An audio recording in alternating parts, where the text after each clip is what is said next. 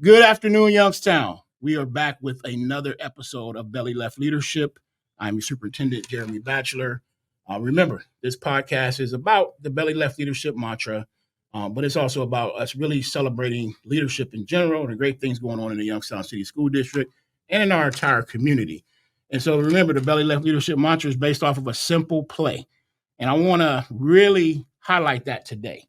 Because in that simple play, it talks about everybody having their job, knowing their job, and knowing their position, but also understanding everybody else's role and being able to work in unison to get the job done. And when I played, I was a left tackle. And in order for Belly to work, the left tackle and the tight end had to work closely together. So today, I have what I consider my partner, my right hand, my left hand, right next to me, running Belly every day in the city of Youngstown, Mr. Rob Kearns, our Chief of Staff. Welcome, Rob. Thank you. Thank you for having me on. All right. So, Rob, I'm going to let you tell everybody about yourself. Tell us about your leadership journey, who you are, your family situation, and what inspired you to get into education. Absolutely. I'm Rob Kearns, the Chief of Staff here in the Youngstown City Schools. Before coming into this role, I was a longtime principal, so I think I'll always consider myself a principal. Absolutely. You always say it's the best job you ever had, and I think that's true for all the same reasons. But my journey, I got into education, back at the end of high school and beginning of college.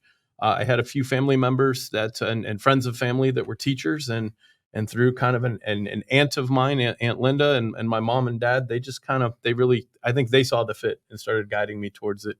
Okay. I taught swim lessons in high school, and the city parks and recreation director, when he met with all the lifeguards, I think I was probably a junior in high school. He said, 75% of you will become teachers. And I sat there and shook my head and said, not me. I'm going to be an architect or a park ranger. And within a year of teaching swim lessons, I was hooked, and I was heading towards education. Okay, all right. So, how did you get into leadership, though? What led you into the principalship? The principalship. I think you're a teacher and you love teaching, but then you start to see that bigger picture. Where can you have a bigger impact? And I don't think I set out to become a principal. I think it found me, and you found yourself in the school, just taking on more and more leadership tasks and more of the working more under the vision of the building instead of your classroom, and helping the whole building, fulfill that vision. And through that, you kind of end up in the principalship before you know it. And then you end up as Chief of Staff. So obviously I had a little something to do with that, but tell me, if you're anything like me, Rob, when you set out to get into education, you said it earlier, it found you in terms of leadership. I wanted to teach and coach. But some other people saw some leadership in me, and we grew. And now you're in this role. Tell me how it's going for you. It's going great. Love the role. It's a lot because the work is so big. The vision is huge, and the move from, you always say we're not where we've always been, but right. Where we want to be. Yeah, no, right. And we're not where we want to be, but we're not where we've always been. So the ask on that one it's a big ask, but we are all, we've got a team of people that are all up for it. They're going to make it happen. And I will just say it is a big ask, and I am appreciative of your vigor and the way that you've approached the role. Because we've asked our staff, whether some people want to hear it or not, we've asked our staff to do a lot more with less. And so we're going to keep doing that because the heart is there. All right. So Rob, you've been passionate about something. The WatchStar program that benefits only Youngstown City Schools graduates. Tell us and tell the audience about WatchStar and why it's a game changer for our scholars. I really believe this is a game changer for our schools and the entire community of Youngstown. Mm-hmm. There's so many barriers to receiving a college education, and the barriers they're financial, they're social. There's so many different barriers. And not enough graduates of really any school system are going on to do good post-secondary work, whether that's college, whether that's career and skilled trades.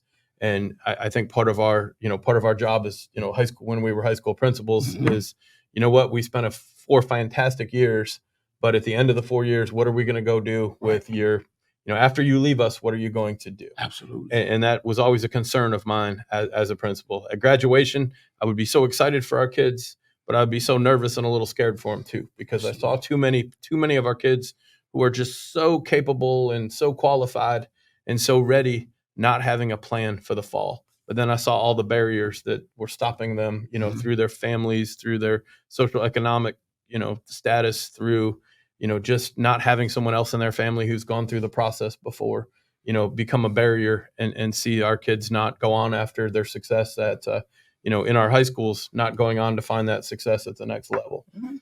So, the Y-Star scholarship, removes so many of those barriers. Now, all of our kids in the Youngstown City schools can go on to get a college education at Youngstown State University, debt and loan free.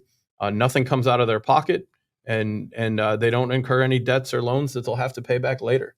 So it pays room, board, which, removes all of those barriers that can stop someone from being able to get a college education. Absolutely. So one of the things, if you follow any of my posts on social media, I always talk about access and opportunity. This is absolutely about access and opportunity for our scholars, and which is going to ultimately benefit our entire community. And that's why, Rob and I, like he said earlier, he was the principal at Cheney while I was the principal at East for a few years, and we worked collaboratively together, and we have the same vision and heart. And that's why it was an easy decision when the board gave me the opportunity to be the superintendent, to make sure that I had him next to me, because I knew that our hearts were the same. You just talked about it. Our goal was really done at graduation. So on May 24th, when the last graduating class is there, technically we would be done, but we're not. That's because our heart is that we believe that we want our scholars to be successful, and it extends beyond grade 12.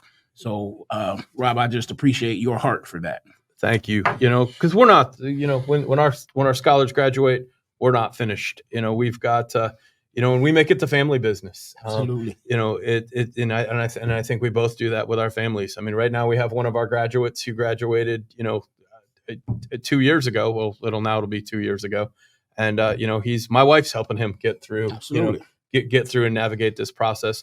But I think that comes down to that question of equality for our students, and equal access and equal opportunity. Is I look at the support that you and I are both able to give our children. And, I have my wife, college access is part of what her, that's part of what she went to college for, and her drive is understanding that. So that's kind of the business of our family, it seems, all the time, is helping people achieve that. But I look at what our children have and how hard the road is, having all that support at home, having 2 parents that have gone through it and successfully done, completed college and went on to career. And when you don't have it's a tricky, difficult road. Absolutely. And when you don't have that help at home, somebody else has got to wrap themselves around and be part of that help. And let's be clear, even if you do have that help, sometimes another voice, especially, both of us have children, and, sometimes our own kids get tired of hearing our voice. So hearing it from somebody else helps as well. And so it's just this, we talk about being a family. It takes a village, and it takes all of us. So we're here no matter what your situation is, we're here to support you. And one of the things you heard Mr. Kearns say is that this is a family business for us. I mean, and this is not just say, and just kind of quotes and lines. We view the 4,700 students in Youngstown City Schools as our own. They deserve the same opportunity as Aiden, Rose, and Pierce, as Joshua, Mashame, and Isaiah. Yes, and we come into the buildings every day with that mindset, and I'm proud of that. And we asked our staff to do the same thing. So that's who you have working with your children in Youngstown, and we are going to continue to do that. And we ask you to work with us and support us that. Rob, give us any advice you would give to scholars who may be thinking about college, but they're unsure. They're on the fence. Grow your village, I think, is no matter how much support you do or don't have, grow your village and talk to as many people as you can. Right. And when you get stuck, just keep asking more and more people for help.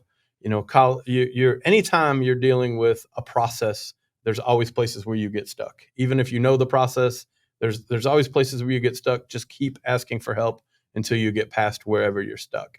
I think people sometimes just quit in a spot where they get stuck for a minute and don't stop. There's so many people where help. Sometimes you just have to keep asking, but eventually you're going to get to your goal and where you need to be. So we're gonna go back to the drawing board, go back on chalk talk. I got to bring everything back to belly. If something's not working that first time, we go back and we run it again, and we keep practicing. So please, folks, reach out. We're telling you, if you need help, even if you graduated 3 years ago, don't hesitate to reach out to one of us or anyone else in the district, and we'll be here for you. All right. So, Mr. Kearns, as the chief of staff, you've got your hands in a lot of different things across the district. What are some of the other things that you're working on in Youngstown that you're excited about? Other things we're excited about in the district are, working to improve and streamline just our processes, in the district.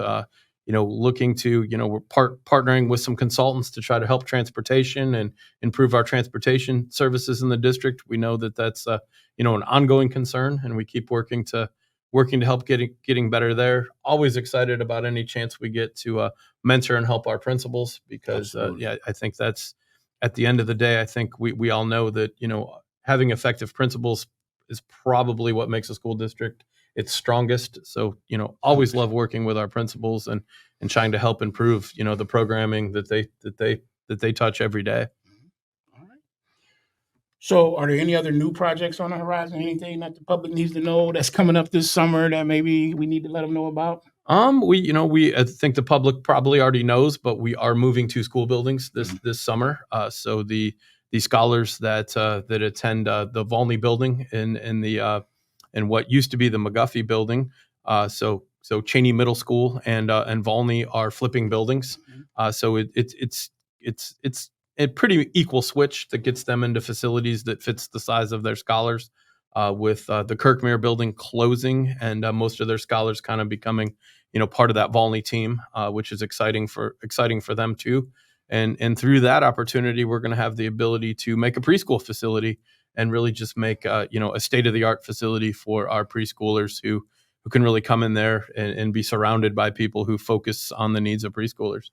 Kind of the vision is we really want to make sure that those preschoolers that are go through our preschool program become our kindergartners and our first graders and second graders. So we create that system early on, so that those scholars become our scholars. They don't need to go anywhere else. We provide the great opportunity right here within the city of Youngstown and the school district. So thank you.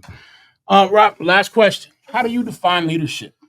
How do I define leadership? I think leadership is the ability to inspire others. And so, I think good leaders have a vision and inspire others to help them make that vision become reality, which is, I always try to separate leadership and management, and the two go hand in hand. You're typically good leaders are good managers. Not all good managers are good leaders. So but typically it goes hand in hand. So to me, leadership is service, and it's, leading by, I'm big on leading by example. I'd never ask anyone to do anything that I haven't done before. I worked at Cedar Point. I cleaned a lot of toilets before I asked other people to clean the toilets, as a lifeguard there. And I think I live by, kind of live by that every day. And, and just a lot of different philosophies. But I think the philosophy I go back to most often is leadership as service, kind of that Sergio Vanni model. Yeah, I love it.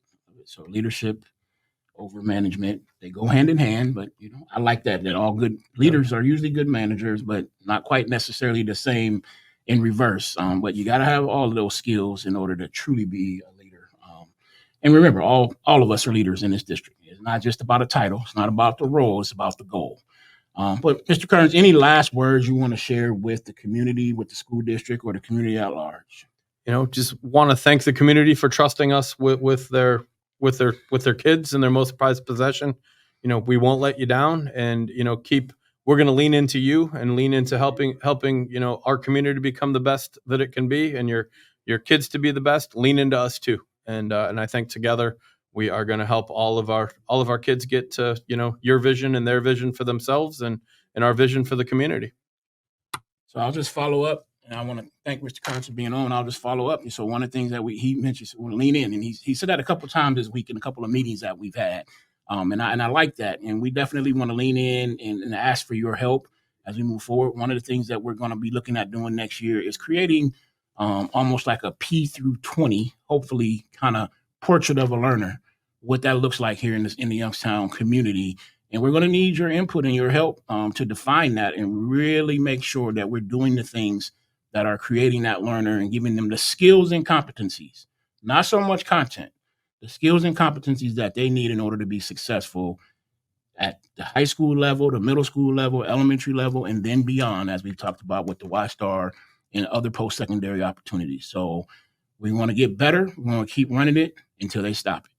Take care.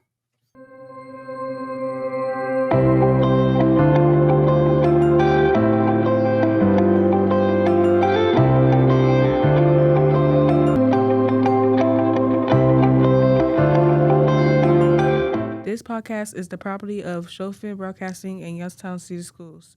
Showfit audio and video broadcasting students recorded and produced this episode.